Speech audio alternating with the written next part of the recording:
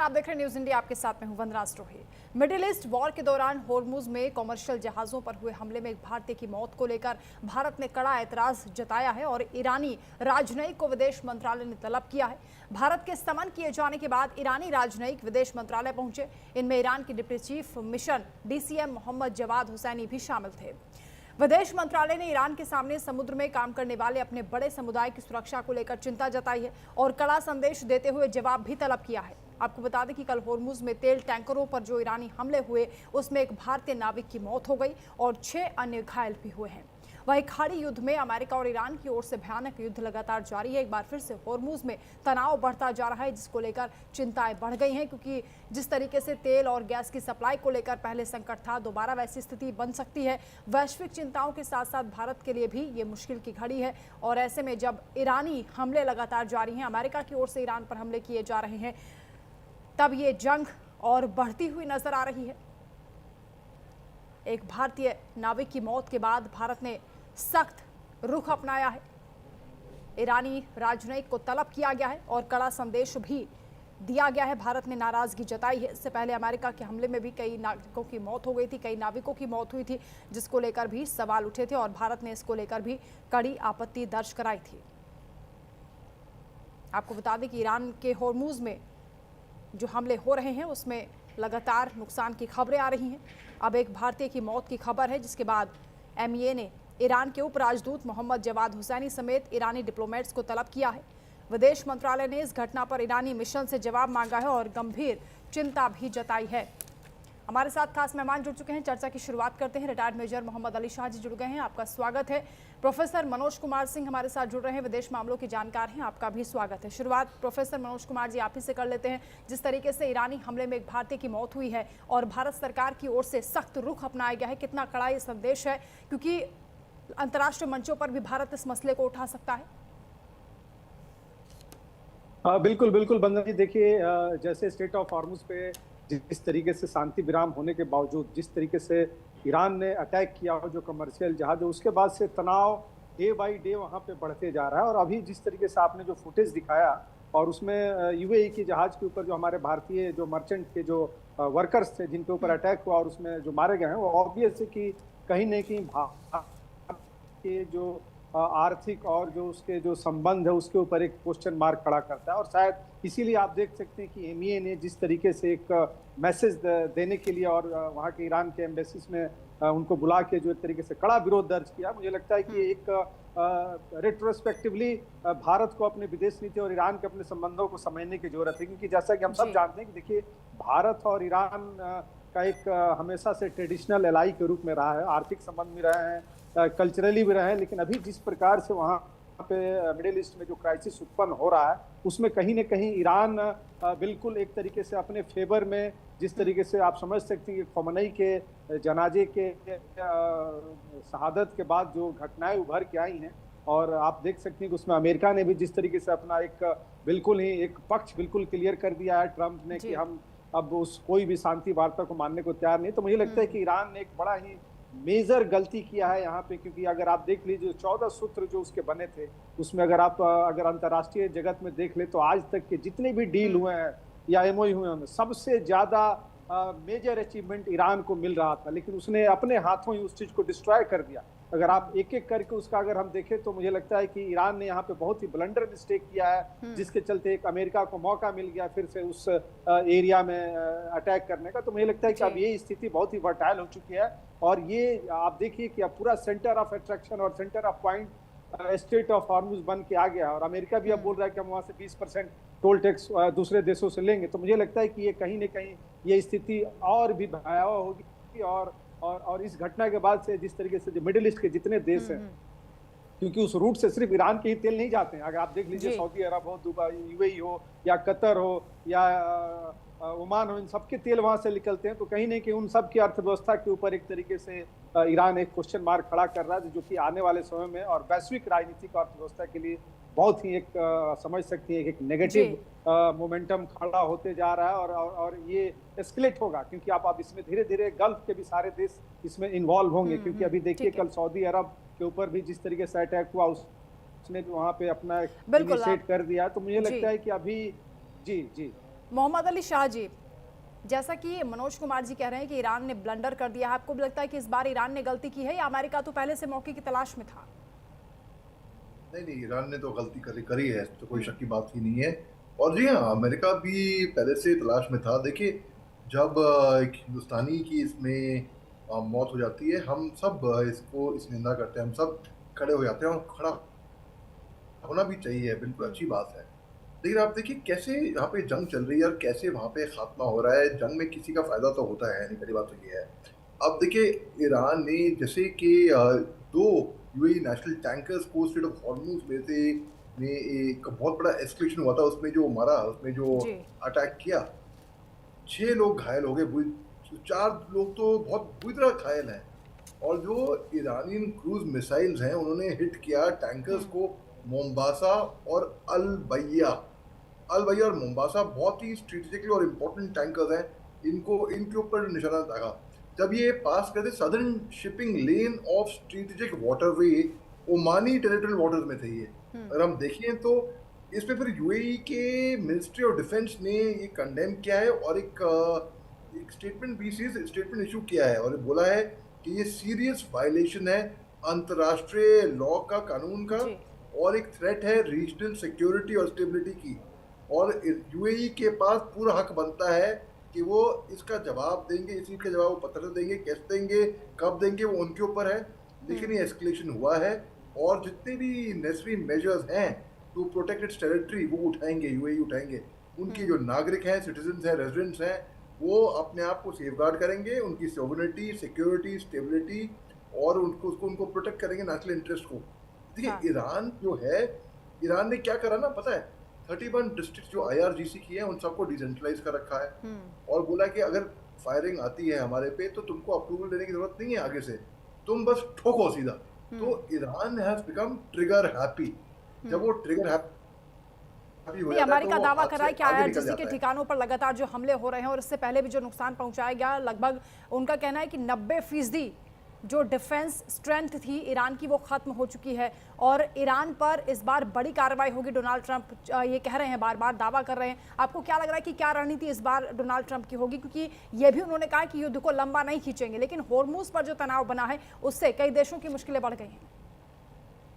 देखिए, Donald Trump साहब की बातों को मैं बिल्कुल भी सीरियसली नहीं लेता हूँ। कुछ टाइम पहले, कुछ दिनों पहले ही उन्होंने युद्ध विराम नहीं, युद्ध बंदी नहीं, युद्ध विराम मतलब युद्ध खत्म हो गया है बेसिकली, जी। तो ऐसा कहा था। और उसी टाइम पे मैं कहा था नहीं, इसकी बात को पे भरोसा नहीं किया जा सकता, देखते हैं, वक्त बताएगा। और वक्त बता दिया, कुछ दिनों के बाद ही पार्ट 2 जंग शुरू हो गया। और जिस तरीके से जंग शुरू हुआ, तो इसको मैं अभी फिलहाल तो रुकते हुए नहीं देख रहा हूँ, बदकिस्मती से इसको मैं और एस्केलेट होते हुए देख रहा हूँ। और जो मुल्क हैं, ईरान, अमेरिका, इजराइल को छोड़ के भी जो दूर दराज इलाकों में हैं, वो भी इस जंग से अफेक्ट हो रहे हैं। हिंदुस्तान के लिए बहुत अच्छी खुशखबरी थी कि भाई जंग रुक गई है बिल्कुल। डोनाल्ड ट्रंप साहब ने चीख चीख कर बोला है, तो हमारी इकोनॉमी पे भी इसको ये एक पॉजिटिव असर हुआ था। लेकिन ये बहुत बुरी खबर है कि भाई जंग शुरू हो गई है दोबारा, क्योंकि जंग में फायदा होता है नहीं। लेकिन वंदना जी, बात एक फौजी होने के नाते मैं ये कह के समाप्त करूंगा कि एक जंग के बाद एक माँ इंतजार करती है अपने बेटे का, बाप इंतजार करता है अपने बेटे का, भाई इंतजार करता है अपने भाई का, बहन इंतजार करते हैं अपने भाई का, एक दोस्त इंतजार करता है अपने दोस्त का। जो सियासत लड़ते हैं, जो पॉलिटिशियन है, जो नेता है, वो बाद में हाथ मिलाते हैं और चाय भी पीते हैं साथ में। और देखिए, जंग का खामियाजा किसने भुगता? एक आम इंसान ने और एक फौजी ने। बेसिकली हम फौजी हैं, हम अपने वतन के लिए मर मिटने को तैयार हैं, खुशी खुशी, बिना कोई शिकायत करे। लेकिन बात ऐसी है, लॉजिकल तो हो बात। बिल्कुल आप ठीक कह रहे हैं, ईरान को बड़ा नुकसान हुआ है और कई दशकों पीछे ईरान चला गया है इस युद्ध के बाद।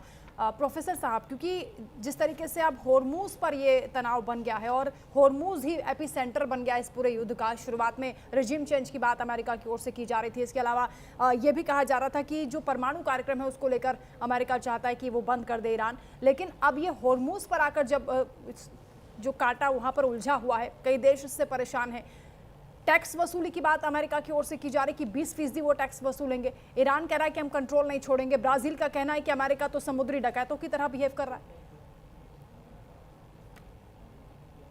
हाँ, देखिए बिल्कुल वंदना जी, ये जब से अमेरिका का स्टेटमेंट आया मुझे लगता है कि उस रीजन में एक अलग तरीके का नैरेटिव शुरू हो चुका है, क्योंकि आप समझ सकते हैं कि कल को अगर आप उस फील्ड में उस एरिया को देख ले तो भारत भी अपने नेवल के थ्रू वहाँ पे सुरक्षा दे सकता है और चाइना भी कर। तो मुझे लगता है कि अमेरिका का ये कहना कि हम 20% टैक्स लेके वहाँ से सुरक्षा प्रदान करेंगे, मुझे लगता है कहीं ना कहीं ये ईरान को एक तरीके से काउंटर करने का प्रयास है।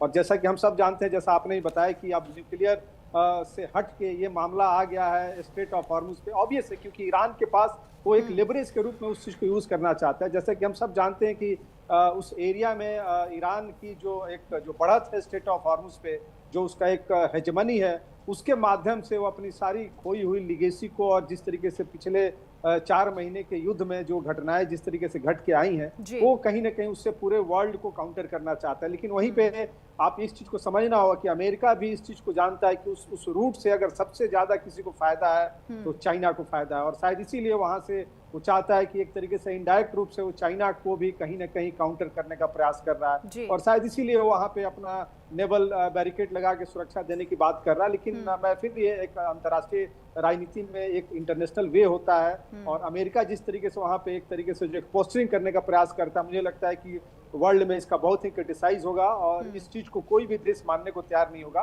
और मैं फिर ये कहना चाहूँ कि ईरान भी यहाँ पे बहुत मेजर ब्लंडर मिस्टेक कर रहा है, क्योंकि आप देख सकते हैं कि वो स्ट्रेट ऑफ हॉर्मुज जो है एक इंटरनेशनल वे है जी, उसमें कोई भी देश अपना इस तरीके से वर्चस्व स्थापित नहीं कर सकता है। और जो ईरान को आप देख लीजिए स्टेज 1 और 2 में जिस तरीके से पूरे वर्ल्ड से जो सपोर्ट मिला, और शायद अगर अभी वो स्ट्रेट ऑफ हॉर्मुज को फिर नाकेबंदी करता है तो मुझे लगता है कहीं ना कहीं वो विश्व से फिर से कटेगा और उसका लिवरेज अमेरिका को मिल सकता है। और शायद इसीलिए ट्रंप इस बार बिल्कुल अटैकिंग और एग्रेसिव मूड में है। लेकिन मैं जो देख रहा हूँ, देखिए यहाँ पे ये छुटपुट घटनाएं होती रहेंगी और ये क्षेत्रीय एक तरीके का बैलेंसिंग करने का प्रयास होगा।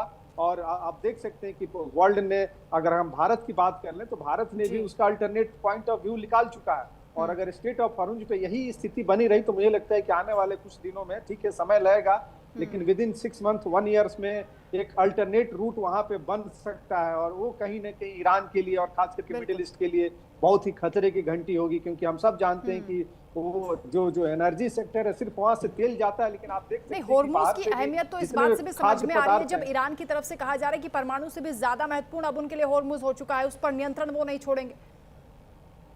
बिल्कुल बिल्कुल, देखिए वो नियंत्रण इसलिए नहीं छोड़ना चाहते हैं क्योंकि उन्हें पता है कि आज जिस प्रकार से पूरे वर्ल्ड में जो एक क्राइसिस उत्पन्न हो रहा है एनर्जी को लेके, और उनको पता है कि ऐसा करने से हमें अमेरिका पे दबाव बना सकते हैं डायरेक्टली और इनडायरेक्टली।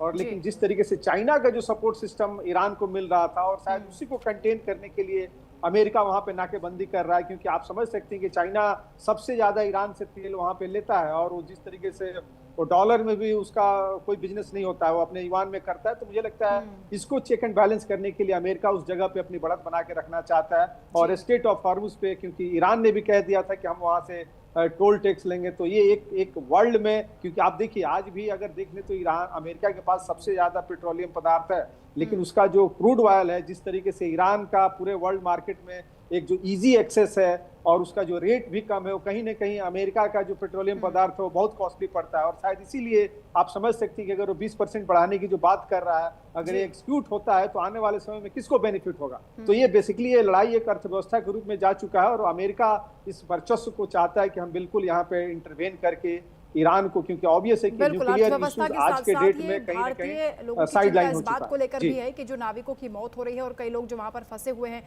कई जहाज भी फंसे हुए हैं। मोहम्मद अली शाह जी, G7 समिट के दौरान भी पीएम मोदी ने मुद्दा उठाया था, डोनाल्ड ट्रंप के सामने भी उन्होंने इस बात का जिक्र किया था कि नाविकों की मौत नहीं होनी चाहिए थी, और इस तरह से जब नुकसान पहुंचेगा तो उसकी जवाबदेही भी तय होनी चाहिए। अब क्योंकि ईरान की तरफ से जो हमला हुआ उसमें भी एक भारतीय की मौत हुई है, तो भारत को क्या कूटनीति के जरिए ही इसका हल निकालना चाहिए, या फिर कोई सख्त कदम अब उठाने का वक्त आ चुका है?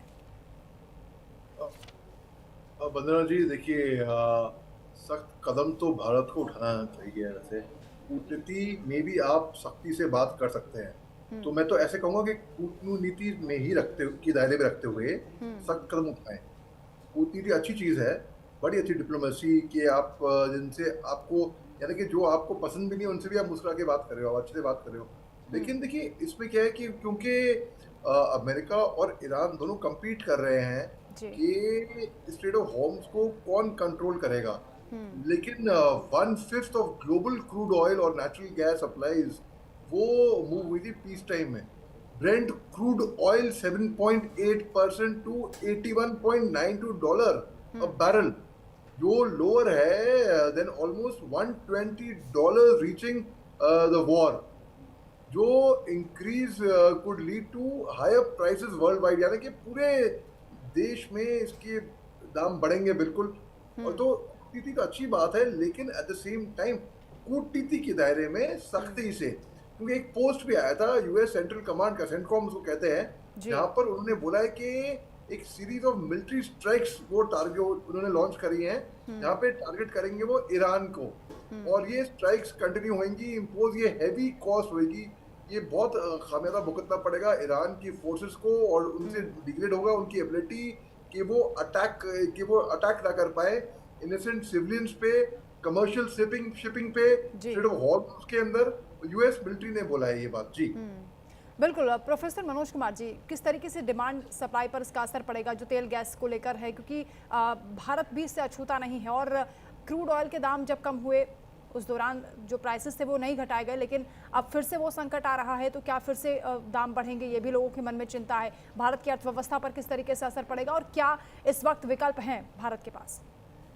देखिए वंदना जी, एक चीज़ हमें समझना होगा कि भारत की जो अभी विदेश नीति और जो डिप्लोमेसी है वो बहुत ही आपने इंटरेस्ट को, नेशनल इंटरेस्ट को आगे रख के, जिस तरीके से अगर आप देख लीजिए, जो जब युद्ध शुरू हुआ था उस समय भारत मात्र 24 देशों के साथ ही तेल का आयात करता था, लेकिन अभी आज के डेट में लगभग 42 से ज़्यादा देशों के साथ उसके एंगेजमेंट हो चुके हैं। और आप देख सकते हैं कि पिछले दिनों में जिस तरीके से देश के प्रधानमंत्री मोदी जी का जो यात्रा, खास करके यूरोपियन देशों में, और खास करके जहां भी आप देख सकते हैं जहां जहां एनर्जी और नेचुरल रिसोर्सेज को, उन सब के साथ एक बड़े ही पॉजिटिव और एक स्ट्रक्चर्ड मैनर में किया गया है, जो कि कहीं ना कहीं इसका इम्पैक्ट आने वाले समय मिलेगा। और शायद इसीलिए आप देख सकते हैं कि भारत अपने इंटरेस्ट को ध्यान में रखते हुए एक बहुत ही, चाहे अगर आप देख लीजिए तो ईरान के साथ भी उसका एक बड़ा ही अच्छा संबंध रहा है, अमेरिका के साथ भी उसकी एक अलाइनमेंट रही है, और रसिया के साथ भी रही है, और चाइना के साथ भी रही है। लेकिन अभी जिस तरीके से ये घटना हमारे जो इंडियंस जो मर्चेंट थे उनके ऊपर जो अटैक हुआ है, तो आप देखिए इस चीज़ को हमें देखना चाहिए कि लॉन्ग टर्म में हमें क्या गेन होता है।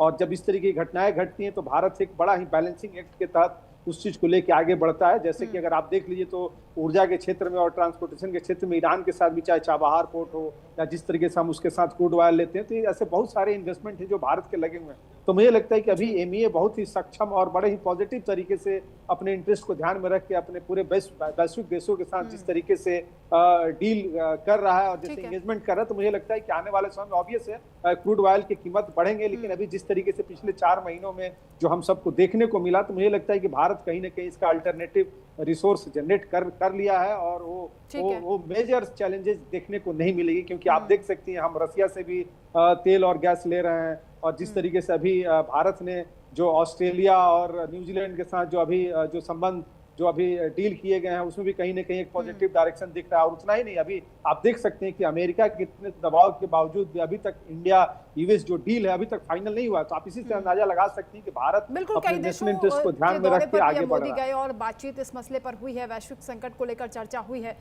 इसके साथ ही मोहम्मद अली शाह जी, अगर बड़े कैनवास पर देखा जाए तो आपको क्या लग रहा है कि अब अमेरिका और ईरान के बीच शांति समझौते की कोई गुंजाइश बाकी है? क्योंकि 60 दिन का जो समझौता हुआ था वो तो टूट चुका है।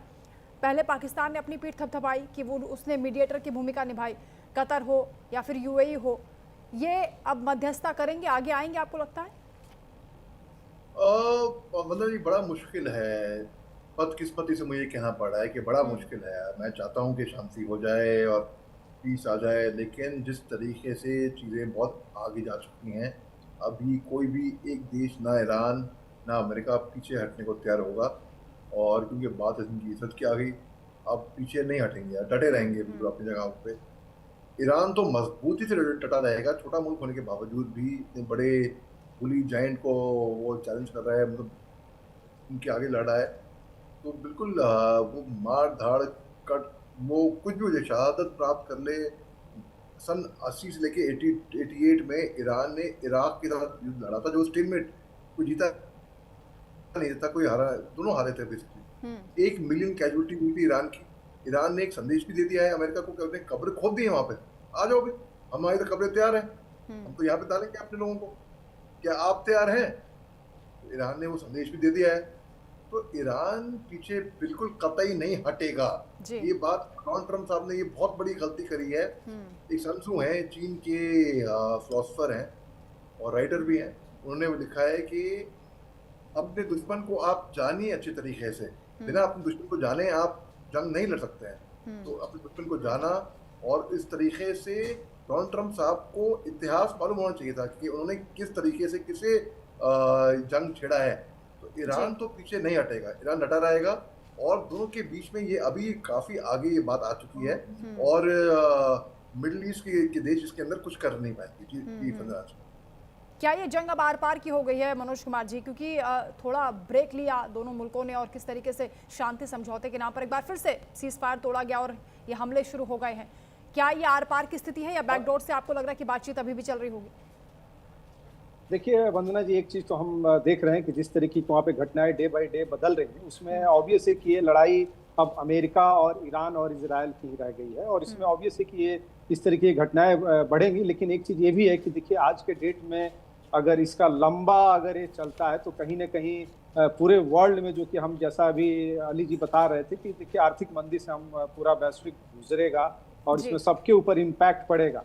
लेकिन इसका जो सबसे जो इम्पोर्टेंट एस्पेक्ट्स ये है कि अब आज के डेट में अमेरिका को भी समझना होगा और ईरान को भी समझना होगा। देखिए मिलिट्री रूप से ईरान उसके साथ खड़ा लड़ नहीं सकता, लंबे समय तक नहीं लड़ सकता, और जिस तरीके से ईरान की अर्थव्यवस्था जिस तरीके से डिटोरिएट कर रही है डे बाय डे, मुझे लगता है वहाँ पे IRGC का जो एक बढ़त जो बना के रखा वो कहीं ना कहीं कमजोर होगा, और शायद इसी का लिवरेज अमेरिका चाहता है कि वो किसी भी तरीके से चारों तरफ से उस कॉर्नर को हम डाउन करें, जिससे कि वो जो रिजीम चेंज की जो बात करना चाह रहा था वो शायद वो तो होते हुए नहीं दिखा, लेकिन आज स्टेट ऑफ हॉर्मुज के माध्यम से वो चाहता है कि हम अपने वर्चस्व को स्थापित करें। क्योंकि देखिए अमेरिका में भी चुनाव है और चुनाव तक ये शायद हो सकता है कि ये लोग ऐसे ही छुटपुट घटनाएं होती रहेंगी, बातचीत का भी चैनल खुला रहेगा, लेकिन हमें समझना होगा कि जो मीडिएट करने वाले देश हैं उनका कोई ट्रस्ट नहीं है, और शायद इसीलिए ये स्थिति बिगड़ी हुई है। चाहे हम पाकिस्तान की बात कर लें या तुर्की की बात कर लें, तो मुझे लगता है कि जब तक इसमें जो वर्ल्ड के जो 4-5 जो देश हैं, जो बेसिक स्टेक होल्डर हैं, वो अगर इसमें इन्वॉल्व नहीं होते हैं, तब तक शायद मुझे नहीं लगता है कि यहाँ पे शांति विराम कायम हो पाएगी।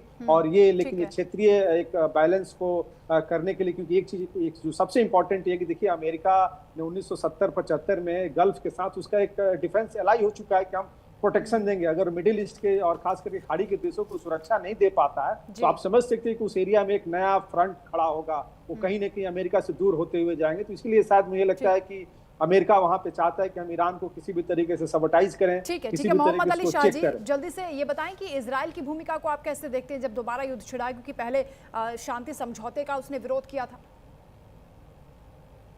ईरान ने के साथ अमेरिका का इजराइल ने हमेशा से विरोध किया है कि भाई शांति समझौता ना हो। जब इस्लामाबाद टॉक्स 1 हो रहे थे तब भी इजराइल ने लेबनान के ऊपर हमले शुरू कर दिए थे। इजराइल खुश नहीं है कि शांति हो जाए, इजराइल चाहता ही नहीं है ये बात। तो इजराइल की भूमिका मैं देख रहा हूँ कि इजराइल ये will keep the pot burning. Israel जंग को ख़त्म नहीं होने देगा।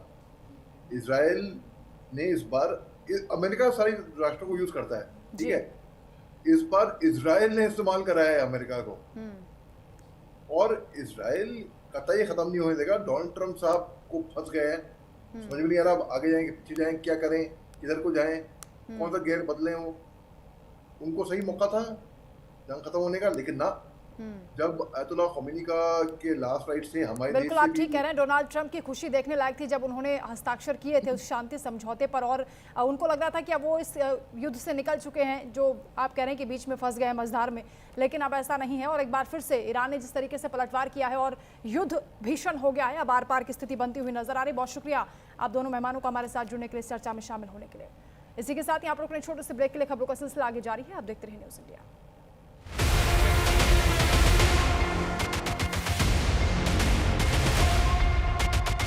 बेसिक शिक्षा को नए पंख देने वाला